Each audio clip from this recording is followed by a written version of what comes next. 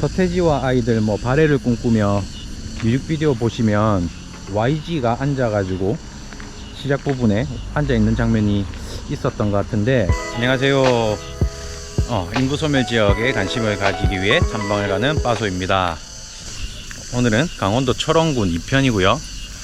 철원군이 가지는 의미가 뭐가 있을까 생각해 보니까, 철원은 우리나라에서 몇 안 되는 수복 지역 중에 하나죠. 그래서 그 수복 지역의 흔적이 가장 잘 남아있는 노동당사를 한번 보려고 왔는데, 노동당사는 현재 보수공사 중이고요. 보수공사 중인 것을 알지만 그래도 건너편에 또 철원역이 있어서 철원역이 가지는 의미도 있거든요. 그래서 철원 역사공원도 볼 겸 해서 왔습니다. 공사가 어떻게 되는지도 한번 보고, 수복지역이라고 하면 예전에는 북한 땅이었다가 이제 남한의 영토로 편입된 지역을 수복지역이라고 하는데, 사람들이 수복지역을 모르는 사람들이 많습니다. 그러니까 6.25 전쟁이 휴전을 하고 딱 남한과 북한으로 나뉘어졌다고 생각하는 사람들이 많은데, 짧게나마 설명을 드리자면, 저희가 이제 일제 식민지가 끝나고 일본이 전쟁에서 패하고 마지막에 일본군을 몰아냈던 게 러시아군이거든요.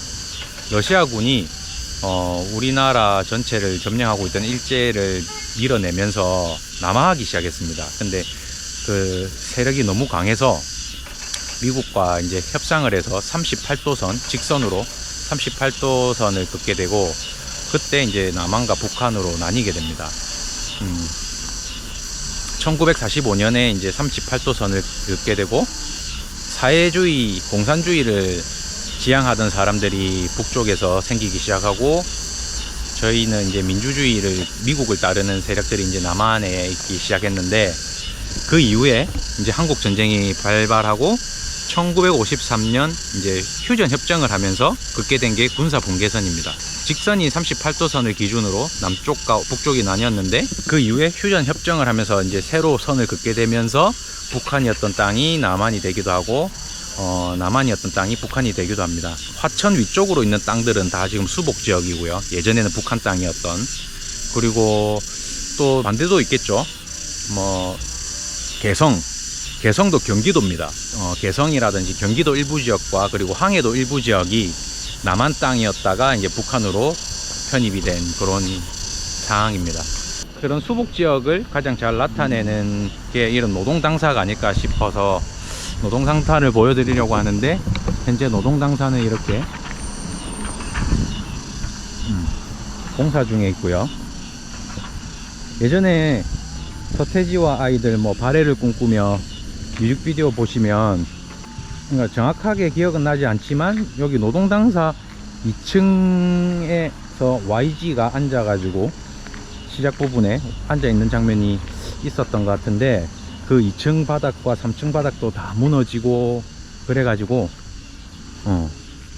지금 보수공사를 하고 있습니다. 노동당사 같은 경우는 38도선을 긋고 그 주변 일대를 관할하기 위해서 당사를 만들었는데, 포탄의 흔적도 있고 총알의 흔적도 있고 6.25 전쟁 때 그런 흔적들이 다 남아 있습니다. 어떻게 보수가 되고 그런 흔적들을 잘 살려낼지 궁금해지긴 하는데, 이게 24년 11월까지 이제 공사를 하고 12월은 되어야 다시 개방을 한다고 해요. 그래서 요거 보러 오시는 분들은 헛걸음하지 않으시길 바라고, 근데 노동당사 건너편에 철원 역사공원을 만들어 놨기 때문에 오시는 김에 한번 살짝 둘러보시는 것도 괜찮을 거라 생각이 듭니다. 노동당사를 보고 있으면 좀 북한에 대해서 어떻게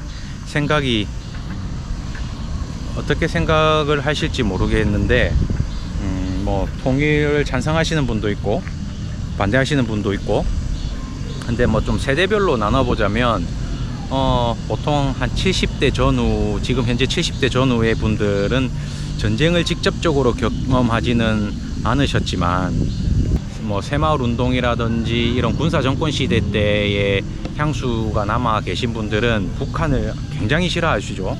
굉장히 싫어하시지만 또 부모님 세대들이 이산 가족에 대한 연민이나 이런 게 있으시기 때문에 북한은 아주 싫어하는데 또 통일은 바라는 그런 세대들이고, 지금 현재 한 50대 전후의 그런 분들은 학창 시절에 마르크스의 사회주의나 공산주의 철학을 많이 접했던 분들이라서 뭐 학생권에 계셨던 분들도 많고, 그러면서 북한을 이해하려 한다?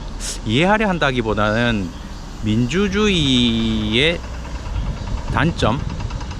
단점과 그리고 사회주의의 장점을 최대한 이렇게 집어내고 좀 결합하려고 하는 그런 성향이 강하신 분들이라 북한에 대해서 그래도 어느 정도 이해를 하려고 하시는 분들이고, 그리고 그 밑에 이제 지금 현재 한 30대에서 한 40대 초반까지 그런 세대들 같은 경우는 이제 제가 거기에 해당하는데, 뭐 좀 주입식 이데올로기이긴 한데 어릴 시절에 반공에서 통일로 교육이 바뀌었던 그런 세대들이죠.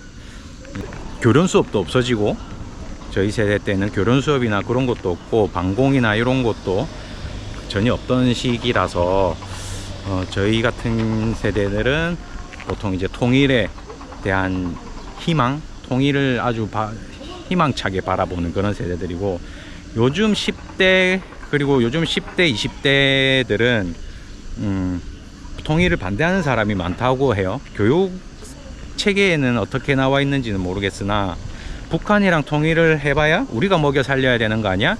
저기 못 사는 나라랑 통일을 해봐야 우리나라 경제가 더 위축되고 우리가 부담해야 되는 게 많지 않느냐라고 생각하는 그런 성향이 강하다고는 합니다. 노동당사 앞에서 한번 북한에 대해서 여러분들은 어떻게 생각하시는지 궁금해서 세대별로 한번 나눠봤고요. 일단 건너편에 철원 역사공원이 있거든요. 역사문화공원이 있는데 철원역이 어떤 의미를 가졌었는지 한번 둘러보겠습니다. 바로 건너편에, 노동당사 바로 건너편에 위치한 철원 역사문화공원이고요. 철원 읍내 쪽은 동성읍이든 신철원이든 이런 쪽은 사람들이 없는데, 한탄강 관광지 쪽이나 여기 역사공원 쪽에는 관광객들이 대단히 많습니다. 1년에 한 1000만 명 정도가 철원을 방문한다고 해요. 정말 잘 만들어 놨는데, 예전 그 일제시대 때 철원역의 모습을 이렇게 좀 재현해 나온 듯한 모습으로 해놨습니다. 이마트 24시도 간판을 좀 통일했으면 좋았을 건데 그대로 써놨네요. 이마트 24. 철원역이 예전에는 엄청 활성화된 상권이었거든요. 그 이유가 경원선이라고 해서 그 기차가 지나가던 중간에 있던 역입니다. 서울에서 북한에 있는 원산까지 가는 옛날 극장도 있고, 극장은 실제로 상영을 한다고 합니다. 실제로 상영을 하고요. 단편 영화를 무료로 관람하실 수 있고, 이렇게 철원 우체국, 옛날의 우체국 모양, 소방서의 모습, 그리고 여관이 참 많았다고 해요. 예전에 철원역에. 그 이유는 잠시 철원역을 한번 보고 설명드리겠습니다.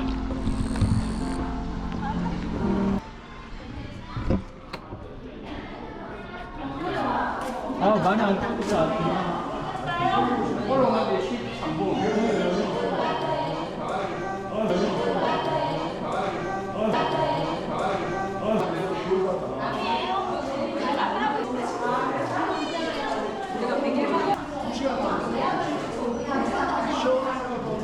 모노레일이, 철원역 오시면 모노레일을 타는 분들이 많은데 전부 매진입니다. 그래서 네이버에서 미리 예약을 하시고 오시면 좋고요. 현장에서 이렇게 발권을 하려고 다들 줄 서가지고 표가 나올 때까지, 취소표가 나올 때까지 기다리고 계셔가지고 한번 다들 오실 예정이시면 예매하고 오세요. 그리고 예전에 그 건물들이 그대로 남아 있는데 보수 공사 중이라서 이거는 8월 이후에 공사가 끝나면 역사문화체험관이랑 같이 개방이 될 것 같고요. 철원역 같은 경우는 예전에 일제강점기 시대에 경원선이 통과하는 역이었습니다. 경원선이 통과하는 역이었는데 다른 역보다 이제 중요한 게 더블 역세권이었거든요. 일단은 북한에 위치한 원산, 서울에서 원산까지 가는 경원선의 중간 지점이었고, 원산이 또 바다 쪽이거든요. 바다에서 나는 해산물이라든지 그런 것들과 철원에서 나는 농산물, 이런 것들이 이제 교역을 하기 위한 길목이었고, 그리고 중요한 게 철원에서 딱 동쪽으로 쭉 가시면 금강산이 나옵니다. 그래서 그 금강산을 관광하기 위해서 철원역에서 경원선을 타고 서울에서 와서 철원역에서 갈아탔거든요. 금강산을 가기 위해서. 그래서 더블 역세권이어서 금강산 관광을 가기 위한 수요가 엄청났습니다.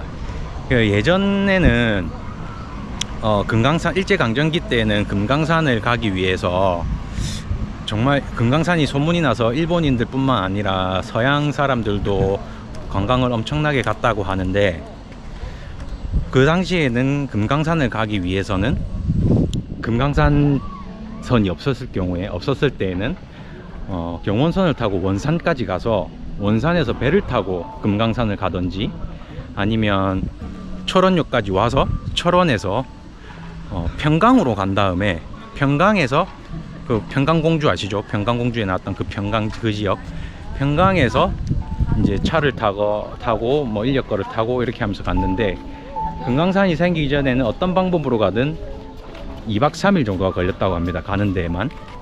근데 이제 철원역에서 금강산으로 가는 열차가 개통을 하면서 금강산으로 가는 시간이 한 6시간 정도로 줄어들었다고 합니다. 철원 기준으로. 서울에서 가는 기준으로 해서는 일단 당일에 도착이 가능한 거죠. 그래서 여기가 더블 역세권이었고, 그것으로 인해서 여관이라든지 이런 것들이 관광 수요가 엄청 많았었던 지역입니다.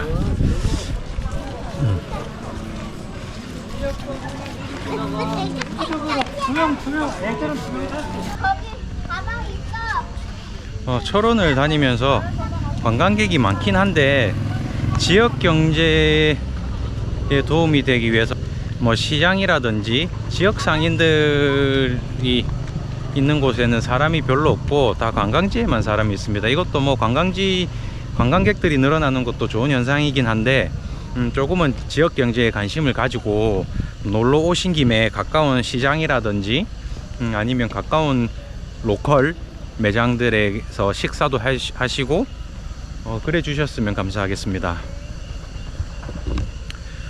철원 탐방은 여기까지 하고, 철원도 인구 소멸 위험 지역인데 지역이 소멸되지 않게 많은 관심 가져주시고 한 번쯤 놀러와 주시면 감사드리겠습니다. 오늘은 여기까지 하겠습니다. 감사합니다.